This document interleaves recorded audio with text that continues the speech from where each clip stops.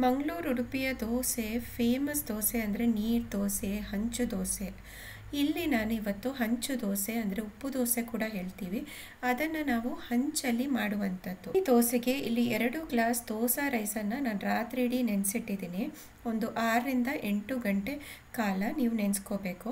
ಇಲ್ಲಿ ನಾನು 1 table ಸ್ಪೂನ್ನಷ್ಟು boiled ರೈಸನ್ನು ತಗೊಂಡಿದ್ದೀನಿ, ಬೇಯಿಸಿದ ಅನ್ನವನ್ನು ತಗೊಂಡಿದ್ದೀನಿ. ನಂತರ 1 ಟೇಬಲ್ ಸ್ಪೂನ್ನಷ್ಟು ತೆಂಗಿನ ತುರಿ, ನಂತರ ನೀರು ಗ್ರೈಂಡ್ ಮಾಡಲಿಕ್ಕೆ ಎಷ್ಟು ಬೇಕೋ ಅಷ್ಟು ನೀರನ್ನು ಹಾಕ್ಕೊಂಡು ಸ್ವಲ್ಪ ಉಪ್ಪು ಜೊತೆ ಗ್ರೈಂಡ್ ಮಾಡಿದ್ದೀನಿ. ನೋಡಿ, ಈ ಕನ್ಸಿಸ್ಟೆನ್ಸಿಗೆ ನೀವು ಗ್ರೈಂಡ್ ಮಾಡ್ಕೋಬೇಕು. ತುಂಬ ದಪ್ಪನೂ ಅಲ್ಲ, ತುಂಬ ನೀರೂ ಅಲ್ಲ. ನೀರು ದೋಸೆದು ಹಿಟ್ಟಿನಕ್ಕಿಂತ ಸ್ವಲ್ಪ ದಪ್ಪ ಇರಬೇಕು ಹಿಟ್ಟು. ಈಗ ನಾನು ಈ ಹಂಚು ತಗೊಂಡಿದ್ದೀನಿ. ಈ ಹಂಚನ್ನು ಚೆನ್ನಾಗಿ ಕಾಯಿಸ್ಕೋಬೇಕು. ತುಂಬ ಹೈ ಫ್ಲೇಮಲ್ಲಿ ಕಾಯಿಸಿರುವ ಹಂಚಿಗೆ ನಾನಿಲ್ಲಿ 1.5 ಸೌಟಿನಷ್ಟು ಹಿಟ್ಟನ್ನು ಹಾಕ್ಕೊಂಡಿದ್ದೀನಿ.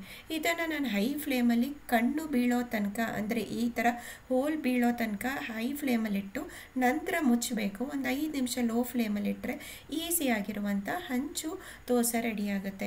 ಇದನ್ನು ನಾವು ಹೆಚ್ಚಾಗಿ ನಾನ್ ವೆಜ್ ಜೊತೆ, ಕರಿ ಜೊತೆ ತಿಂತೀವಿ.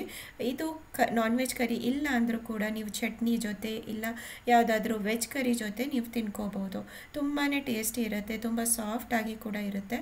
ನೀವು ಇದು ಮಾಡಿ ಒಂದು ಹಾಟ್ ಬಾಕ್ಸಲ್ಲಿ ಮುಚ್ಚಿಟ್ರೆ ತುಂಬಾ ಸಾಫ್ಟಾಗಿ ಸಂಜೆ ತನಕನೂ ಇದೇ ಥರ ಸಾಫ್ಟಾಗಿರುತ್ತೆ. ಈ ರೆಸಿಪಿಯನ್ನು ಒಮ್ಮೆ ಟ್ರೈ ಮಾಡಿ ನೋಡಿ, ನಿಮಗೆ ಈ ದೋಸೆ ಖಂಡಿತ ಇಷ್ಟ ಆಗುತ್ತೆ.